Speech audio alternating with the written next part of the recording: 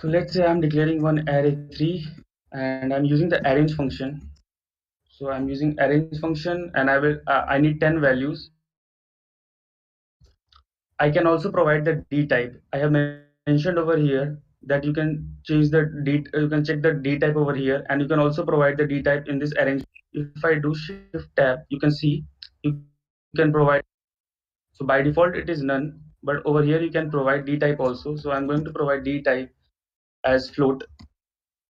All right, and then I'm going to reshape this. So I'm going to call the reshape function on this arrange method. So I'm going to call reshape, and I want it to be reshaped by, again I'm passing tuple as the shape.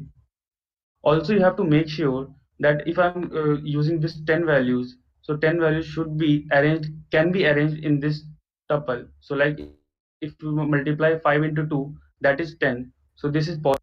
All right, but if I say I want 11 elements and I want to reshape into 2 into 5, so then that time that is not possible. So you can see it will give cannot reshape array size of size 11 into shape 2 comma 5. So that thing you have to remember, that the element size and the number of element over here that can be should be equal. So now if I do array 3, so you can get, you are getting 2 rows and 5 columns, right? And the data type is float, so I'm getting decimal point. If I change the data type to int, so what will happen is that now we are getting the int values. All right, let's say that I don't want the array, the shape of the array as 2 rows and 5 column. I want to change it. So how we can do it now? So again you have to call the same reshape function, and let's say I want 5 comma 2, right? Now I want 5 rows and 2 columns, and then I'll print this. So it's underscore, sorry. Okay, so what will happen, it will not change the array, right? So there is one thing that is going on over here. So if I'm calling a reshape over here, so it is creating an array and changing its shape. But if I'm calling a reshape method on that particular array, then it is not going to reshape that array. What it will happen, it will give you another copy of that particular array. So you have to do array 4, right? If I do array 4 and I print it, so what is happening now? Let me check. Okay, I am missing one brackets over here. So now you are getting 5 rows and 2 columns. So you have to remember this thing. So while declaring and defining an array, if you are calling the reshape function, so over here also what is happening, that it is returning, it is, then it is reshaping it into 2 rows and 5 column, and then it is returning and assigning it to this particular variable array 3. It is, this reshape function always returns an array. It never changes that particular array. So over here also what you can see, if I'm doing array 3 dot reshape, so it is always returning the changed array as a copy into array 4. If I print array 3 over here, so it will still remain the same. So it is still same. It hasn't changed. But array 4 now has the new copy of this thing as 5 rows and 2 columns. So is this thing clear? If you guys have any question, you can ask.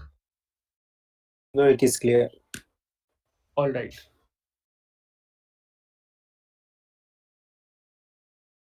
So let's move forward. So I'm going to create one more array. So in this now what we are going to do, we are going to add an axis to an array.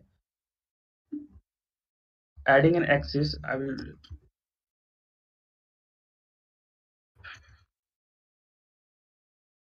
All right. So I'm going to create one array. Array file is equal to np dot array, and so I have two values in this thing, and I print array file. So yes, I have two elements. Let's say, so right now what is this? This is a vector. Vector means single dimensional array. So it is a 1D array. Now let's say I want to add an axis to this particular array. So if I do array underscore 5 dot enddim, so that is for the dimension, I'm getting 1. That means it is a single dimensional array. So let's say I want to convert this array into different dimension. I want to add an axis to this. So what I will do array 5 again. I'm adding one column into this. So array 5, and I will use the slice operator. So over here, what is happening that I want all the elements. So this is a shortcut to get all the elements, all the rows, all the columns. And after that, I'm adding np dot new axis. I'm calling this new axis, right? And if I call now this array 5 underscore call, so now you can see now I have added one axis. So if I print array 5 dot call, and then, so now it is a 2D array. So that's how you can add an axis to an existing array. So earlier it was 1D array, and now it has become a 2D array. So here we have used the slicing operator to copy all the values. So it hasn't changed the dimension of this one. It's still 1. So here also what we are getting back is the copy, not the original array.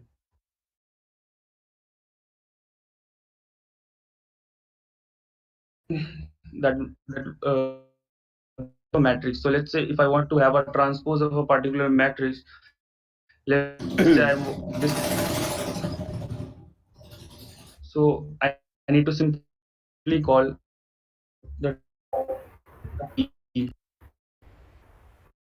So now it is a transpose of this matrix. So if you guys are familiar with the of matrix, so what you suppose of this one.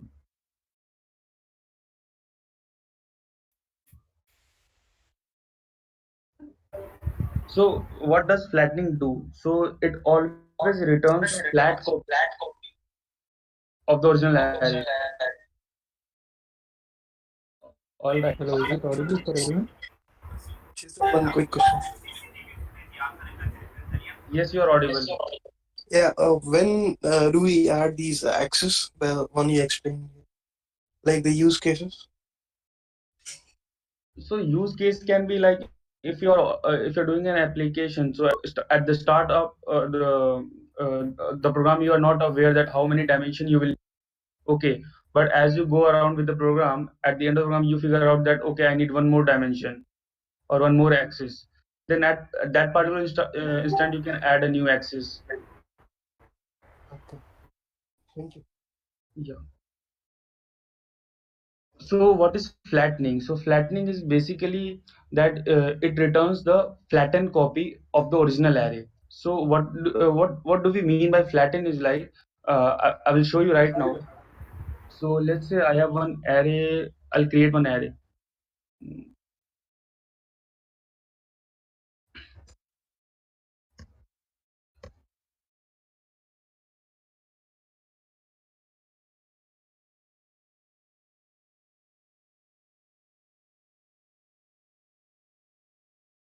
All right. So I will now show the flattening. So it will return the flat copy of the original array. So now the dimension is 2. We have 2 rows and 5 columns. So let's say I am calling array flt as flat, and I'm calling array 10 dot flatten method. All right, so if I print this flt, so now you can see it has flattened the array. Now we have only single dimension containing all the elements, right? One more thing that you can notice from this is like, let's say if I do at let's say this is 0 1 2 3. If at third position I add something called, let's say, 59, right? And then if I do flt, so at third position we have 59, but the existing array that which was array underscore 10, so it is still 3. So flattening, what it does, it always returns a copy. It never returns the same array, right, guys? So this thing you have to remember, like when some method returns a copy and when some method returns a view. So when it is returning a view, at that time if you change the value in the new array, it's going to change the value also in the previous array. While when it is returning the copy, at that time if you change the value in one array, that change will not be reflected into another array. So similarly, like this one, we have a revel concept also. So both are similar, but what happens with Revel is that it gives you a view, not a copy. So if you change something in the Revel array or the new array, that change will be replicated into the previous array. So let's say I create one array Revel is equal to, I will use the same function, same array 10, and I'm calling the Revel, right? If I print array Revel, so I'm at this time also I'm getting the flatten array, correct? And now if I change some value in this array Revel at say let's say at 3 position only, I'm changing it to 59 as earlier. And now if I print array Revel, sorry Revel, so you can see the value is over here, but also array 10 has been changed for 59. So that is the difference between flatten and Revel method. So the flattening, so this flatten method, it always returns a copy, while the Revel method, it always returns a view. So if you make any changes in the new array, so that change will be replicated into the previous array. While in flattening, if you make any changes to the new array, that change won't be replicated into the previous array. So is this thing clear to all of you? Yes. All right, thank you. So now I will move on to stacking.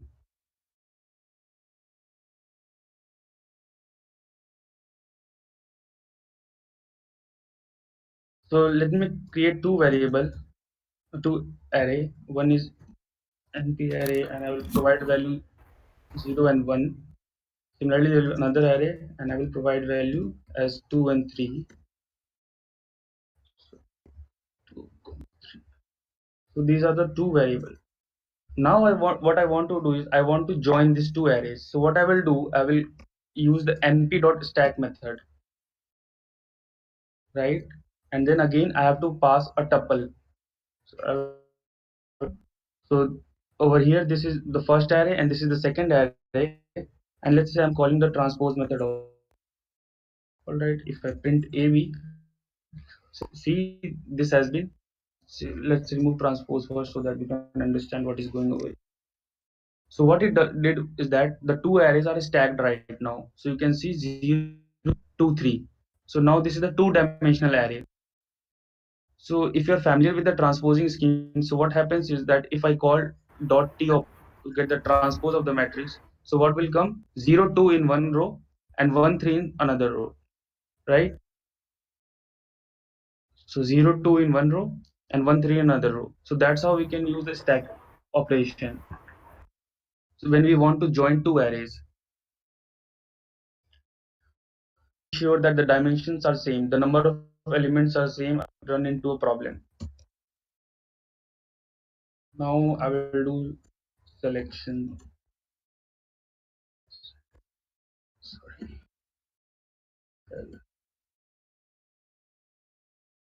All right. So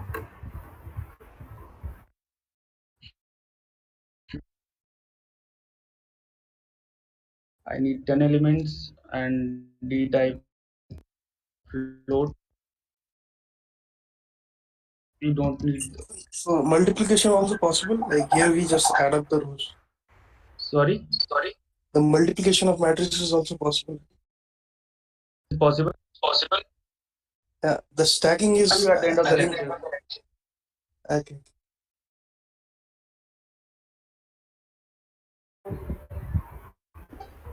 So similar, as you can access a list using indexing, so you can also access the element of the array using indexing. So first of all, if I want to check the value at the first index, so let me add one more. So, so all right, so I'm checking at 0. So here I'm getting the whole 1D array. So how it is possible, I will tell you. So right now what we have two rows. So one is starting from 0 to 4, another one is starting from 5 to 9. So if I pass 0, then the first indexing belongs to the rows and that will belong to the column, right? So now what I'm doing is that I'm indexing the first row, that is the zeroth row. So I'm getting this value, correct? So if I have like if I want both rows and columns, so what I will do, let's say I want this, what will the index at this particular location. So what will be?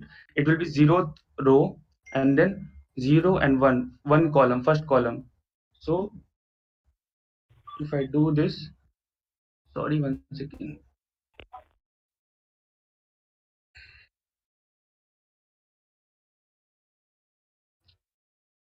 One second.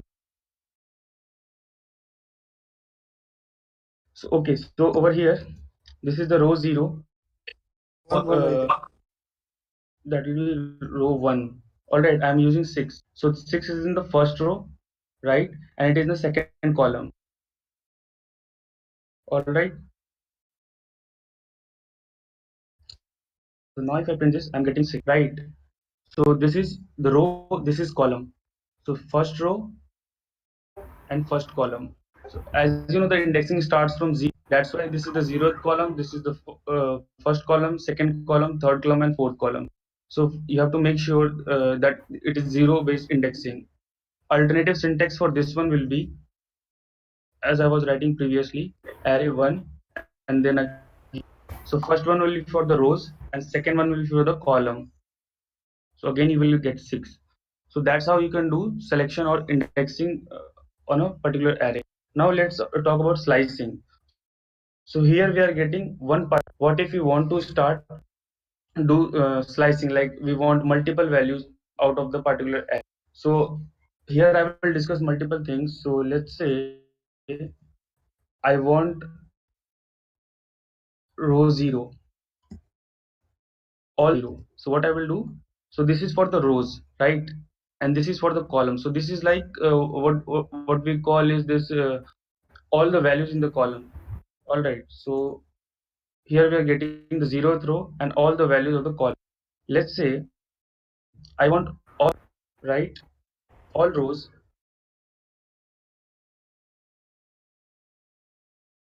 but just all rows, column, right? So all rows, so there are two rows in the first column. Yani, means that indexing starts from 0, 0 and something like this you can perform all column, all rows, and till column 2. Not that means if I do this, so you can see 2 has been not included, so it's exclusive. Similarly, I can do select, say all rows starting from second column. So this 2 will be included till the end.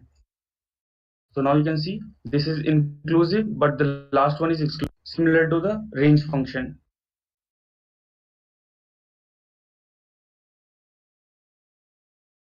And you have, I want to make one thing clear also, that whenever you do slicing, it always returns a view, not a copy.